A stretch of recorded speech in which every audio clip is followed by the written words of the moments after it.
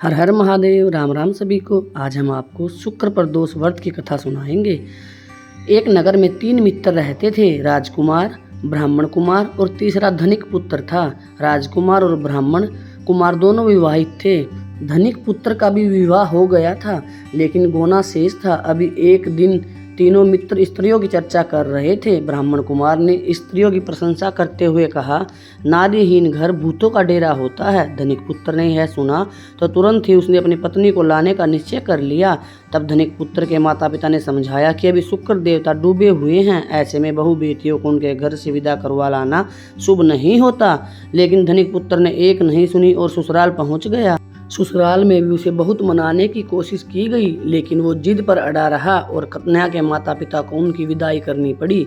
विदाई के बाद पति पत्नी शहर से निकले ही थे कि उनकी बैलगाड़ी का पहिया निकल गया और बैल की टांग टूट गई। दोनों को चोट लगी, लेकिन फिर भी वो चलते रहे। कुछ दूर जाने पर उनका पाला डाकुओं से पड़ा, जो उनका धन लूट कर ले गए। दोनों घर पहुंचे, वहां धनिक पुत्र को सांप ने डस लिया। उसके पिता ने वैद्य को बुलाया तो वैद्य ने बताया कि वो 3 दिन में मर जाएगा। जब ब्राह्मण कुमार को यह खबर मिली तो वो धनिक पुत्र के घर पहुंचा और उसके माता पिता को शुक्र प्रदोष व्रत करने की सलाह दी और कहा कि इसे पत्नी सहित वापस ससुराल भेज दे।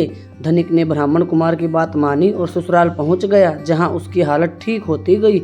यानी शुक्र प्रदोष के महात्म्य से सभी घोर कष्ट दूर हो गए। दूसरी कथा में एक ब्राह्मण विधवा स्त्री जो भीख मांगती थी, एक घायल राजकुमार को अपने घर ले जाती है। राजकुमार विदर्भ नगर का था, जिसे दुश्मनों ने परेशान किया था। ब्राह्मणी ने शिव जी की पूजा और प्रदोष व्रत रखा। इसके बाद राजकुमार ने दुश्मनों को पराजित कर राज्य वापस पाया और ब्राह्मणी को अपना प्रधानमंत्री बनाया। भक्तों के लिए यह व्रत सुख, सौभाग्य और पारिवारिक समृद्धि लाने वाला माना गया है। इस दिन कथा सुने अथवा सुनाए तथा कथा समाप्ति के बाद हवन सामग्री मिलाकर 11 या 21 या 108 बार ओम ह्रीं क्लीं नमः शिवाय स्वाहा मंत्र से आहुति दे।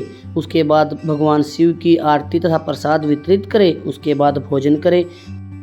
कहा जाता है कि शुक्रवार को प्रदोष व्रत करने से सौभाग्य और दाम्पत्य जीवन में सुख समृद्धि आती है।